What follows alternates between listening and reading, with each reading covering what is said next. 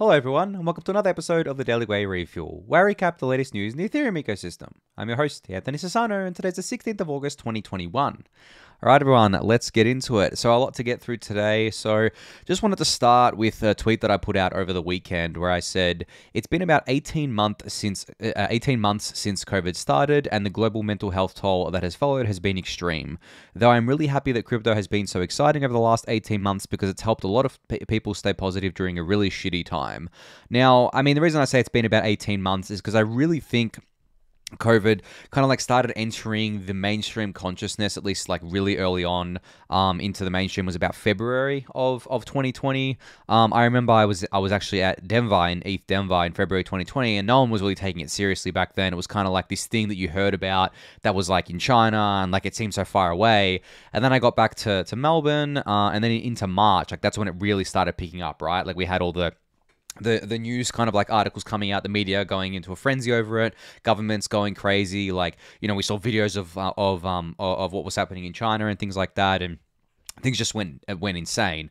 And during that time, different governments and different countries have had different kind of like responses to it. There's been lockdowns in mass, restrictions here and there. Obviously, borders were closed and all that sort of stuff, but it's been a while now since we've been dealing with this, and unfortunately down here in Melbourne, we're still dealing with lockdowns. Now, just today, they extended our lockdown again by 2 weeks and have put like a curfew in place.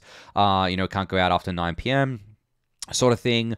And to give you some context here, we only have 20 cases a day. So we've taken a very heavy-handed approach to this sort of stuff because our vaccine rates are actually quite low. I think it's 25% of 16-plus-year-olds are vaccinated right now, and it's ramping up over time. I think by Christmas we'll have a decent chunk vaccinated, but it's just been it's a hard thing to deal with for, I think, everyone, right? The mental health toll, especially for people who, are extroverts or kind of like enjoy going out to, whether that be like to parties or to restaurants, to just traveling and all that sort of stuff, which I think is a lot of people, and just socializing in general. Not being able to do that has taken a really big toll. Though I think for us in crypto, we've been like really lucky. I mean, honestly, the bull market I think started in earnest like early kind of like 2020, right, where we had the COVID dump, but that didn't really stop the train that was still going with crypto. And then we had DeFi summer through like pretty much the peak of the pandemic, where like everyone was locked down in their house, whatever, all the borders were closed, you couldn't really do anything. And we had DeFi summer, and I think, that played a big part into why we actually had a DeFi summer. And then coming into the end of the year, I think that at least here where I was, we didn't have any lockdowns anymore. Things were quite normal throughout like December. I had a normal Christmas and stuff like that. And obviously, like ETH and BTC were hitting all-time highs through to January, and crypto just generally throughout 2021 as well has been just really hot and really distracting, I guess. Like you had the NFT stuff, the layer 2 stuff, and everything like that. So I'm just really, really glad that that all of us, like all that, have been able to experience this and kind of like, I guess, this is kind of like therapy, right? I mean, maybe that's not the right term for it, but the way it is for me is definitely kind of like therapy. Being able to log on, kind of like feel like I'm still kind of interacting with the world and still have stuff to do. I'm not bored or anything like that. But there's plenty of people out there who, sitting at home, maybe they work from home, but other than that, they may be bored. They can't go out. They can't do like all their normal hobbies and things like that. Maybe they go to the gym and stuff. So yeah, it's taken a really big toll. And I know much of the world is like opening up now because they have like good vaccine rollouts, but there's still restrictions and stuff like that. And I guess for them it's been great, but like for me in Melbourne, for the most of Australia right now, it's kind of like has restrictions around it, and we still can't travel overseas or anything like that, or even interstate right now, which is kind of shitty. But I think without crypto, for a lot of us, right, it would have been a lot worse. And I like to think I played a part through the Daily Gwei, and of course through my work at ETHUB and my Twitter shitposting, in keeping you all entertained and getting through such a difficult time. Because I launched the Daily Gwei newsletter in July of last year, and then I launched this YouTube channel towards the end of last year. So kind of like the YouTube channel probably hasn't been through the peak of it, but I think like a lot of us still, I know a lot of Aussies watch the show. I think hopefully I've helped you all with with kind of dealing with this sorts of stuff, because it's definitely been a massive mental health kind of toll for most of the world. I mean, me personally, I've stayed quite distracted with Ethereum and everything like that, but it's still gotten to me on some days. It's really shitty, and people around me I know as well, like, you know, my fiance kind of like lost work and things like that, and I have lots of friends who have lost work and just really not having a great time with it. So yeah, I just wanted to kind of like give, I guess, like a bit of commentary there, because I think, you know, it's just good to reflect on kind of like what's happened over the last 18 months, how the kind of world's evolved, but how also like crypto has evolved alongside it. And the fact that I actually think, you know, as shitty as it is, like the pandemic was actually quite bullish for crypto. I think the reason why crypto went so crazy and you know, the prices have gone so high is due in large part to a lot of the money printing that's been going on. And that only happened because of COVID. So, you know, I'm sure all of you have seen like the pictures of the US balance sheet where, you know, they've just printed like a crap ton of cash. And obviously that's led to inflation, and then assets go up during times like that, and all that sorts of stuff. So I think in crypto, we've just been very, very lucky from both, I guess, the entertainment side, but also if you've been invested for a little while now, especially over the last 18 months, you would have done very, very well if, you know, if you had held on. So, you know, even if just investing in ETH, you didn't even have to touch anything else. You know, 18 months ago, ETH was like $100. But yeah, I just kind of like wanted to give some commentary there. So yeah, I hope wherever you are in the world that you're doing okay, that, you know, mentally, obviously mentally and physically as well. And I hope to keep entertaining you on the Daily Gwei. And on that note, I'm going to move on to the actual crypto news now. So 50,000 ETH has now been burned. It's been around 10 days since 1559 went live, and we've already burned 50,000 ETH, which at current prices, I think is $170 million, something like that, which is a crazy amount of money.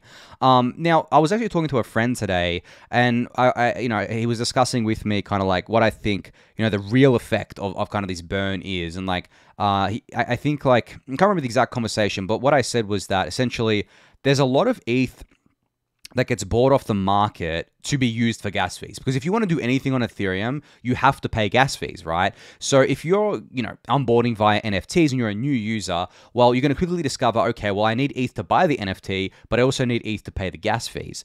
So in doing that, what ends up happening is that fresh ETH gets taken off the market, like, and basically doesn't ever go back to the market, or at least most of it doesn't, because most of it gets burned, which I think is like the most bullish aspect of this, is the fact that, I mean, I said it the other day, I think a couple weeks ago, where I said 1559 was launching into like perfect launch conditions, right? Obviously the gas fees spiked again because we had like an NFT mania going on, but also not just the gas fees being high, but the fact that we had all those new users coming in that were buying ETH, using it on the network, you know, getting used to things, and kind of like onboarding to Ethereum was really bullish as well. But also we have like the layer 2s going live too, you know, progressing through. I mean, I'm going to talk about layer 2s in a bit, but like they've been progressing through and stuff like that. So yeah, I mean, it's just insane to see how much ETH has been burned already, and it's just really cool to see. I guess like this is coming from probably a lot of, I guess like ETH that's getting freshly bought up. It's not just ETH, you know, being kind of, I guess, like used. I mean, it is, but like it's not just only ETH from people who have been investing in ETH for a while. It's also fresh ETH being taken off the market and being burned, which I thought was really cool. takenstheorem put out a great little chart today showing kind of like the variance in or the volatility in gas prices pre-London or pre-1559 and post-1559. You can see here it was a lot more volatile, a lot more spread out, and then post it was kind of like a lot more flat, right? It's definitely a lot more controlled. It's not as volatile, not exactly where we want it to be just yet. You know, we want more 1559 transactions to be adopted and things like that, but still a very interesting little chart here. And Token Terminal also put out a little chart here again showing the ETH revenue versus like kind of the supply side revenue versus protocol revenue. What this does, it basically splits out the total fees paid to miners and the total fees burned, which is protocol revenue. And then they said, you know, the state of Ethereum and ETH. Fundamentals, sky high. Recognition, very, very low. And I mean, it's funny because today, I don't know if a lot of you have been watching the markets, a lot of these other layer 1 blockchain networks are pumping. So it's kind of like layer 1 season right now, which is bizarre to me because I guess like, you know, Ethereum's fundamentals are so strong. Ethereum's usage is so strong. We have NFTs, you know, layer 2s, DeFi still out there growing and everything like that. But its recognition is so low. And I mean, I could go on for a while about this, but I'm not going to. because it will take me a while to go on about it. But really, I just think that maybe I'm just saying this because I'm so involved with Ethereum, but I really do think Ethereum is like in the middle of kind of like the entire ecosystem. It's like sandwiched between, you know, Bitcoin and all the Ethereum killers, and it really has like such, you know, has these strong fundamentals, but doesn't get the recognition for it, because on one hand, you have the Bitcoiners or the Bitcoin maximalists who don't really care about anything but Bitcoin, and they're obviously just going to focus on Bitcoin. They're going to talk about it, blah, blah, blah. Then you have all the Ethereum killers, where there's a lot of people that buy into these Ethereum killers are buying into a story or a narrative or kind of like a fantasy. And a lot of them are buying into it because they feel like they missed the ETH boat, and they see that these things are a much lower market cap. And they're like, oh, wow, I can buy into this and, you know, I can outperform ETH or whatever, which is fine. Like, I have no issue with people doing that. But then you have, like, ETH sitting in the middle, where the Bitcoin maximalists are always shitting on ETH and calling it a scam because, you know, it's just what they believe. And then you have the Ethereum killers also doing the same thing. They're not calling it a scam, but they're like, you know, attacking Ethereum for its weak point, saying, you know, high gas fees, blah, blah, blah, all these sorts of stuff. So I think that's why you have like such little recognition for Ethereum at times. But over the longer term, Ethereum has shown like amazing resiliency against this sort of stuff, and it just grows and becomes stronger for it. So I'm not too worried there. But just I thought Token Terminal put this a great way by showing kind of like these bars here with like fundamentals skyrocketing, recognition very little. But I don't expect that to last for very long at all. I actually think that the market is not pricing in the fact that we've burned 50,000 ETH in 10 days. That is, you know, as I said, at $170 million, that is a lot of ETH. And I think the market in the short term is just playing the speculation game, you know, playing in these L1s and things like that. And that's fine. Traders doing this, whatever. But eventually that money kind of like comes back to roost, right? Comes back to ETH, I think. You know, we've seen this play out plenty of times before. So, you know, obviously I'm still long ETH and everything like that. That's not changing. But it's just funny to see the market chase these kind of short-term things, you know, so predictably, because it's just like you have like this kind of like one layer one that started pumping. I think it was Solana that started pumping. And then like I looked a few hours later on CoinGecko, and all of them were all of a sudden pumping. So it's like these traders, they just see these kind of narratives start playing out, and they're like, okay, well, it's L1 season now. And it's the same, it's true for everything, right? It's like DeFi season, NFT season, or NFT summer, whatever you want to call it. Like, it's always like these little mini cycles that play out. But eventually the money flows back to what people actually want to hold. And I've said before that I think that people truly want to hold things like ETH. They don't want to hold long-term a lot of these Ethereum killers, because a lot of them, frankly, are worthless, right? Like, I saw things like EOS still pumping. EOS is completely worthless. There's nothing happening on that network. It's been around for how long now? Like 3-4 years, and it's got no traction. There are other ones out there that have some traction and whatever, but, you know, a lot of them pumping, they're just pumping for the sake of it. So a lot of that money actually ends up flowing back to things people want to hold, whether that be cash or like ETH or even BTC or things like that. So I think that's kind of like the way it plays out over the longer term. So Hayden Adams from Uniswap put out a fun fact in this tweet over the weekend. He said, in spring of 2018, 6 months before Uniswap V1 launched, OmiseGo expressed interest in hiring me being Hayden, and having Uniswap V1 launch under their brand. Hayden asked for $2 million of OMG tokens, and they ghosted, which means they basically, you know, disappeared and ignored him. This was funny because for those of you who have been around since especially 2017, OmiseGo was this thing in 2017. It was the scaling project. It was the thing that was going to save Ethereum, that was going to scale Ethereum. You know, they had like Plasma stuff going on. I think they had some state channel stuff going on. They had like partnerships or whatever. And it was like this huge thing. And if you go back and look at the price chart of the OMG token, it performed really well back then. There was like this massive airdrop as well, where they airdropped OMG tokens to like every address on Ethereum, which in hindsight was a very naive airdrop as well, because you ended up sending these tokens to like dead addresses or to people that just like didn't care about them, and people didn't really get much of these tokens. So these was like the old style airdrops. But it's just funny that kind of like Hayden was rejected, by OmiseGo. I didn't know about this. And, you know, he asked for $2 million of OMG tokens. And I think, you can see down here, I think he answered a question as to why, I guess, like, he asked for so much, or kind of like, you know, it's not a surprise that you were ghosted because you asked for so much. I can't remember what his reply was. I think he said something like he was comparing it to another protocol at the time and thinking that $2 million was actually not that much. And it actually wasn't. I mean, if OmiseGo had onboarded Hayden, you launched Uniswap under that umbrella, I mean, they would have done very well for themselves. But just funny to see how these kind of things turn out. And of course, you know, Hayden went on to get the Ethereum Foundation grant of $100,000. And then he used that grant to develop Uniswap V1. And then he went on to raise money as part of like Uniswap Labs from Paradigm, and then the rest is history, of course, right? The Uni airdrop and stuff like that. So yeah, just a fun little story there. And I put out like a little bit of a smartass comment here where I said, it's okay, they seem to have ghosted the entire Ethereum community at this point. And I mean, I kind of really feel like that because I haven't really heard anything about OmiseGo in such a long time. And they actually responded to my tweet here where they said, is this an invite to join on your podcast? And obviously I don't do guest spots on the Daily Gwei. But I was happy to talk to them about any updates they had, and I've been a big fan. I was actually a big fan of them back in the day, but I just haven't heard anything from them. They've been too quiet. And they said, we learned it's best to make noise after shipping, and this is good timing. We'll DM you. They haven't DM'd me yet, so maybe hopefully they do. But yeah, I mean, I don't know, like, it's funny because the layer 2 space is much harder than it was back then. In 2017, there wasn't really many teams working on stuff. I mean, I think, maybe there was Plasma Group, or maybe they weren't even known as Plasma Group back then. But there was kind of like a bunch of stuff happening around Plasma. There was Raiden, however you say it. There was OmiseGo. I think there was a couple of other things going on, there wasn't roll-ups or anything like that, or at least it wasn't like a public thing that people were talking about. But now kind of like, in this day and age, you have like, how many? I've lost track of, like, there's probably like 20 different L2 teams right now. So I don't know what OmiseGo has. I don't know what, what they're going to ship or whatever, or what kind of like traction they have there. I just haven't heard much from them lately. But it's just funny to see like how things can go from, being the biggest thing in the ecosystem and to basically not being really heard of in just a few short years. But yeah, anyway, interesting story from Hayden there. Immutable has provided an update on their IMX token rewards. So this is another unfortunate US rug here, where they've said due to the ongoing regulatory uncertainty in the US, the Immutable team had to adjust the reward terms. And what this means is basically the IMX token cannot be distributed to US residents or citizens. But to make up for this, as part of the airdrop, they're going to be airdropping an equivalent amount of ETH based on a $10 per IMX kind of like token price here.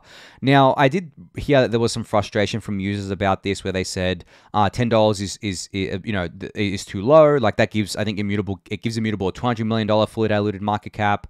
But people were doing like relative valuations where they said, well, Axie Infinity has like a $15 billion cap, and then you have the Flow blockchain, which has like a massive $20-30 billion thing.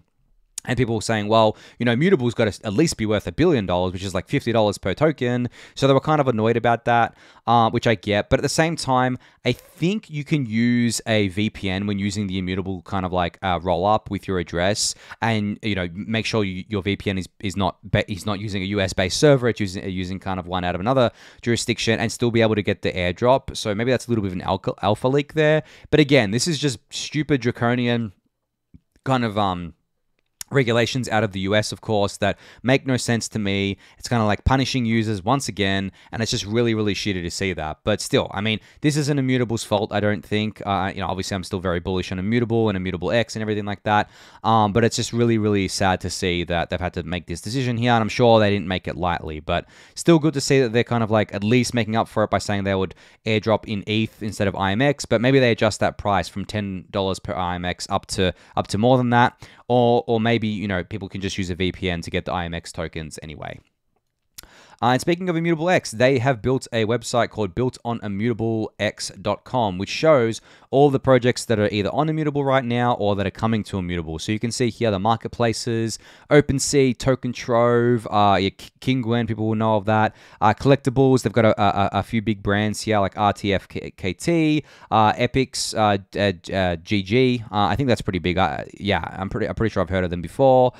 Games such as Animaka brands, Gods Unchained, Illuvium, all these sorts of things. And then they've got a DeFi thing here as well called Superfi. I never really heard of that, but it's there. So this is kind of like what Arbitrum did, I guess, with their kind of Arbitrum 1 thing, which I thought was really cool, where they showed off all the apps that are coming to Arbitrum. So this is the same for Immutable here. So yeah, really, really cool to see that from the team.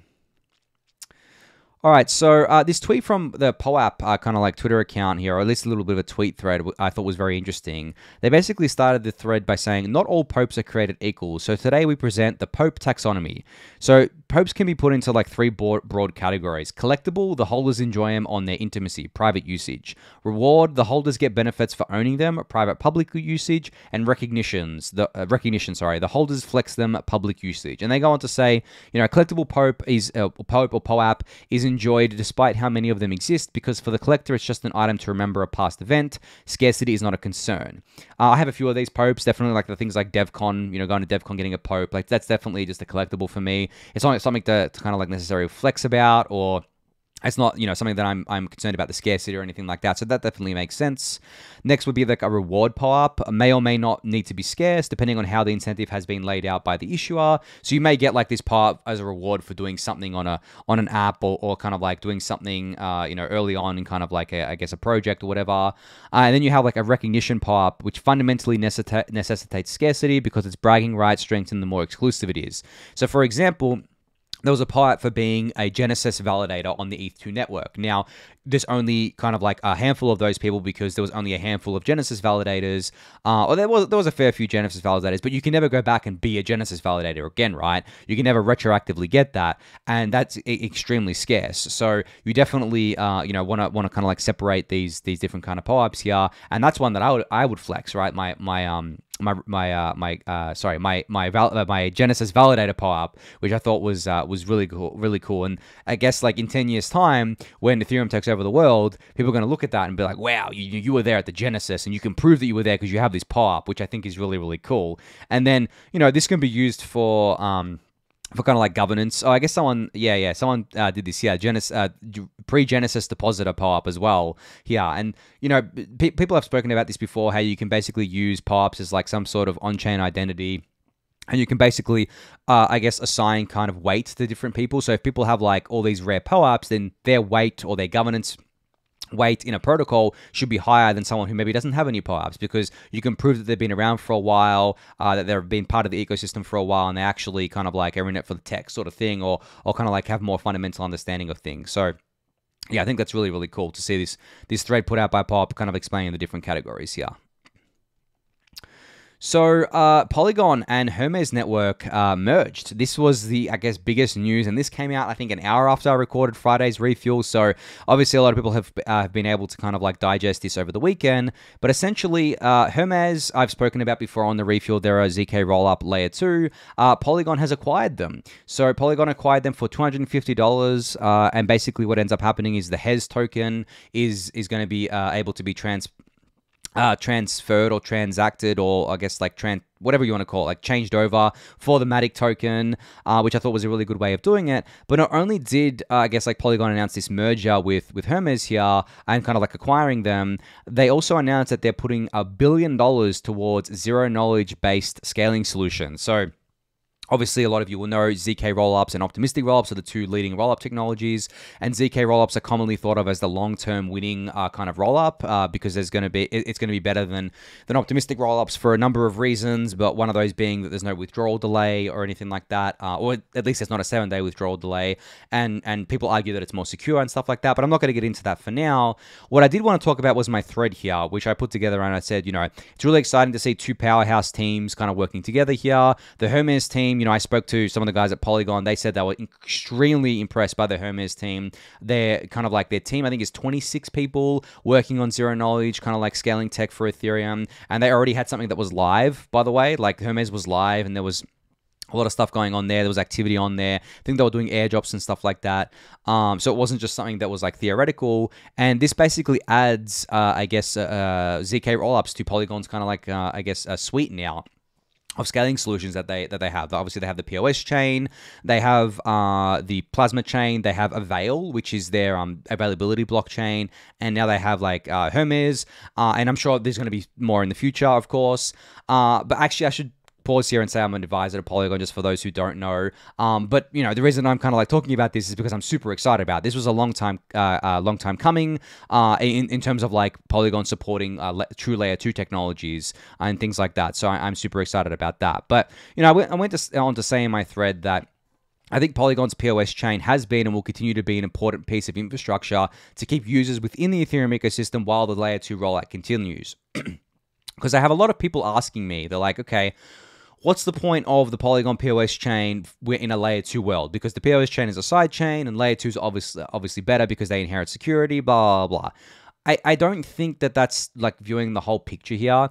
I think that the POS chain has been like a great way of getting users to basically experience Ethereum with low fees. Yes, there's trade-offs there. It's nowhere near as decentralized as Ethereum. It has, you know, kind of like has those various trade-offs, but it basically prevented users from going to like these parasitic chains like BSC and stuff like that, and kept them within the Ethereum family.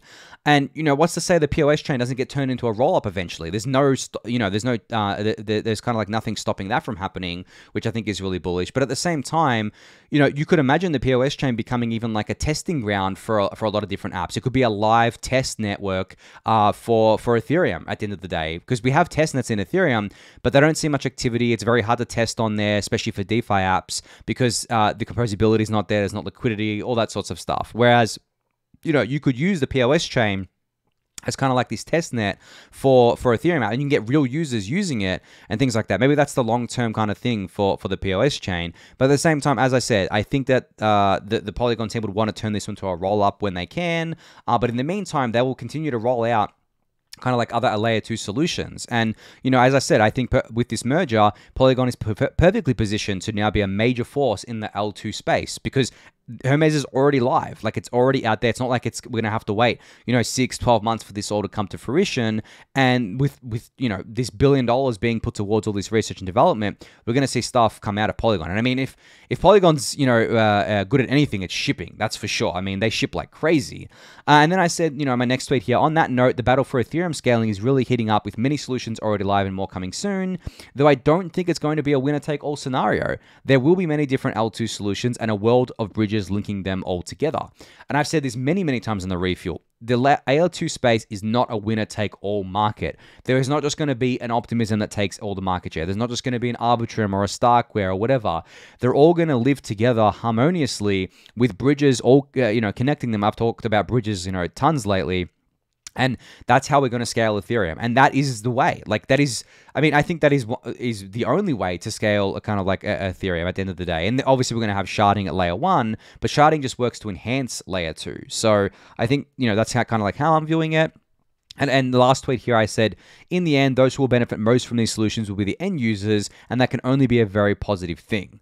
I mean, we're all going to benefit from this ruthless competition between the different teams, even though I think they're all going to succeed, or at least most of them will succeed and get usage and things like that. I don't think that, you know, they're not going to compete with each other. Of course, they're going to compete with each other, but that's going to be good for end users at the end of the day. So, and, you know, Polygon's just entered the arena now of the roll-up space, and I think, you know, it's going to be a very, very interesting fight over the next, you know, coming years. Like, this is a marathon, not a sprint. Scaling Ethereum is a big undertaking. It's going to take, you know, pretty much everyone in the ecosystem to do it. And I'm just really glad that we have so much money being put towards these efforts. It's really great to see the funding, you know, really picking up here, and teams taking this much more seriously. So yeah, I guess congrats to Polygon and Hermez on this merger. I'm really bullish about it. I'm really excited about it. But in other layer 2 news, Uri from Starkware put out this tweet where he said, this past week, being, I guess, like from April 8th to April 15th, StarkEx settled 617,000 transactions over Ethereum. That is 7.2% of Ethereum's L1 capacity. L2 isn't coming, it's here. And this is because there's a lot of apps right now using StarkEx. You can go to l2beat.com and you can see them. There is DYDX, which is probably accounting for most of this stuff, but Diversify, and then there's like things like ImmutableX, and I mean, these sorts of things are all live and working today, and that's why Uri is saying it's not, L2 isn't coming, it's here. Now, I think when people say like L2 is coming, they're talking about these generalized things like Arbitrum and Optimism. And right, like the generalized kind of roll-ups aren't here yet. They're coming like imminently. Like Arbitrum is launching this month to the public. Optimism, I'm probably going to guess, is not far behind. ZK Sync has been teasing themselves. Like they're due any day now for kind of like some news or some kind of release. Obviously, like, you know, Polygon's in the game and things like that. So yeah, I think when people say L2 is coming, it's really about the generalized L2s, but still good to see these kind of like app-specific L2s just, you know, gain so much traction already and begin to use Ethereum's block space, because this is how it kind of plays out over the next few years, is that The L1 block space is going to be reserved for whales and layer 2 proofs, and then all of the end users will just sit at layer 2. So the end users will get to benefit from the cheap fees and the fast transactions and all that good stuff, whereas layer 1 will get to benefit from the fact that, I mean, the fees are going to be high, which means the ETH is going to be burned, as part of that, and all these layer 2s are going to be kind of like secured by that as well. So it's kind of like a symbiotic relationship going on there. All right, so ChopChop put out, ChopChop from, I guess, like the core contributor NFTX here, put out a really interesting tweet that I wrote a newsletter about today, where they said, basically they were replying to a Rick Ling from Discord, who he's basically, he says he's leading online communities at Discord. He must be the community guy there, where he said, how can Discord better support DAOs? And ChopChop replied with a bunch of different things here. He said, you can integrate MetaMask and Wallet Connect, integrate snapshot voting and be able to vote from Discord, connect Web3 identities like ENS. I'm not going to read these all out, but you can kind of see them on the screen, or the link will be in the YouTube description. Show real-time DAO balance sheets, ability to reward community with NFTs based on their Discord activity, etc., etc. Now, last week's newsletter, I think on Friday, I wrote about how, and I actually talked about this on Friday's Refuel, how I think that we need to rebuild social media from the ground up for it to be truly decentralized and truly like, Web3 crypto. But in the meantime, I think that we can enhance the existing Web2 experience with these Web3 crypto features. For example, just integrating a snapshot vote directly into Discord chats would be incredibly powerful. Could you imagine the Discord kind of like announcement channel saying, hey guys, we have a new vote up here. You can vote directly using your wallet in Discord. You don't have to go to a new link or anything like that. It's just seamless for users. And on Twitter right now, if you install something called Mask Book or Mask Network, you can Google that. It actually injects things to your Twitter kind of like news feed. Where my cursor is, there's kind of like something where you can go exchange or swap, and it'll actually bring up like a Uniswap window, and you can actually do a decentralized exchange swap directly on Twitter. And there's other kind of like uses there, but that's the kind of stuff like where you have like Web3 features or crypto features enhancing the Web2 experience. And I think we can do that until, it's probably going to take 5 to 10 years before we get any kind of like mass scale decentralized social media out there. So until that comes along, we can definitely enhance the existing Web2 tools with our new fancy crypto features. So yeah, I mean, I'll link this thread in the YouTube description. You can go check it out. I just realized the time, so I'm gonna get through the rest of this stuff here. Ben Edgington put out his latest What's New in ETH2 edition. For those who don't know, you can go to eth2.news, and this is the best kind of like resource for keeping up with what's happening in ETH2, hands down. I mean, there's no other better resource out there. In this issue, he talked about all the usual things like the Beacon Chain, the coming Altair upgrade, the merge, staking, decentralized staking, research, all that good stuff. So you can go check this out. It'll be linked in the YouTube description. ChainLinkGod kind of put out an interesting tweet here over the weekend where he said, congrats, your smart contract blockchain will finally have smart contracts after 5 years. This is obviously taking a shot at Cardano. And he says, to catch up with Ethereum, now you just need, and then he lists all these sorts of things, smart contract devs, smart contract frameworks, UI frameworks, block explorers, keeper networks, stable coins, NFT marketplaces, margin train, yield aggregators, like all these sorts of stuff. And if you look at all these sorts of stuff, this is exactly what Ethereum has, and this is Ethereum's network effect. When you kind of look, this is why Ethereum is so powerful, because it has all of these things. This is everything that you need, no matter, if you're Cardano, if you're Solana or Polkadot or whatever other chain, you need all of these things. Now, that's not to say that you can't build them out, but you're starting from like a much further position away from where Ethereum is. And Ethereum isn't like stopping, isn't like pausing, hasn't stopped innovating. It hasn't stopped shipping. It's shipping faster than ever. So you're basically competing with something that's still running. It's not like Ethereum stopped in place and ossified like Bitcoin. Ethereum is still well and truly in the lead, and the lead, I really do feel like the lead is just kind of like widening there because of these network effects. But yeah, I thought this was just an interesting tweet from ChainLinkGod to point out. You can go read all of this. It'll be linked in the YouTube description.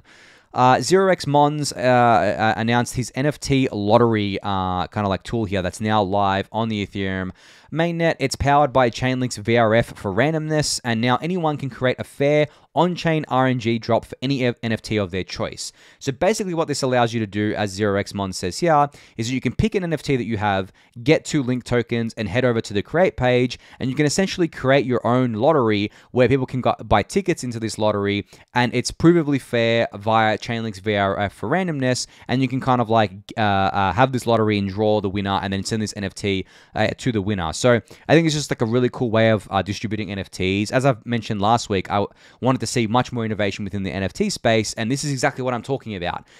You know, the profile picture stuff, I'm so over it at this point. I think most people are over it at this point. I want to see this innovation, so I'm really, really happy to see this from 0xMons, and it's live. Like, it's not like it's a theory or a white paper, it's live. So if you want to play around with this, it'll be linked in the YouTube description for you to do so. Dame.eth from the Rainbow team here basically put out that they've launched rainbow.me/learn, which is basically a learning portal for basically, you know, basic Ethereum things here. You can see here, you know, what are Ethereum gas transaction fees. You can click through and you've got like a really great explanation of kind of like how that all works. You know, beginner's guide to layer 2 networks, how to protect your Ethereum wallet. I mean, the reason I'm pointing this out is because I always like to point out educational resources that are available for new users. So if you're, you know, you're still confused about things and you want like just a dead simple explanation of things, you can definitely go check this all out, and check out the Rainbow wallet as well. I mean, the Rainbow has become my favorite mobile wallet, like by far. I mean, I love it. I mean, I don't use mobile wallets too often, obviously because I'm stuck at home because of these bloody lockdowns, but generally, like, I'm a power user, so I'm just sitting on, you know, on I guess I got my PC with my hardware wallet and all that sort of stuff. But if I was to use a mobile wallet, like while I'm on the go, if I'm traveling, whatever, Rainbow would be it. Like, I mean, it's got so many amazing features, you know, especially in the NFT kind of like space where you can go see all your NFTs, browse all of them, and you can actually import your MetaMask wallet into Rainbow by using kind of like your secret phrase. And they have a guide here of how to do that. So I'm really happy to see this learn section, you know, that Dame has put out here. So great work, Dame there. And then finally, this interesting kind of announcement from Slingshot where they said that you can now trade fractional pudgy penguins on Slingshot, and you can unlock a special penguin profile picture with 100 peng 4815 tokens, which is like the fractionalized tokens. And there's like an airdrop if you have other ones here. Now, you know, I just said that I'm sick of like the profile picture NFTs, and I think it kind of like topped out with the penguin stuff. Even though I love my little penguin that crypto wifey made for me, I just, like, you know, I still think it's cool to see some of this stuff going on, because this actually still falls into the innovation stuff. Just because it's a profile picture NFT doesn't mean that I don't think you can do stuff with it. And what I mean by doing stuff with it is basically getting these penguins fractionalized and then trading on things like Slingshot, which I think is really, really cool. So yeah, anyway, check that out if you haven't yet. But I think I'm going to finish it there for today. So thank you everyone for listening and watching. Be sure to subscribe to the channel if you haven't yet. Give that video a thumbs up. Subscribe to the newsletter. Join the Discord channel. And I'll catch you all tomorrow. Thanks everyone.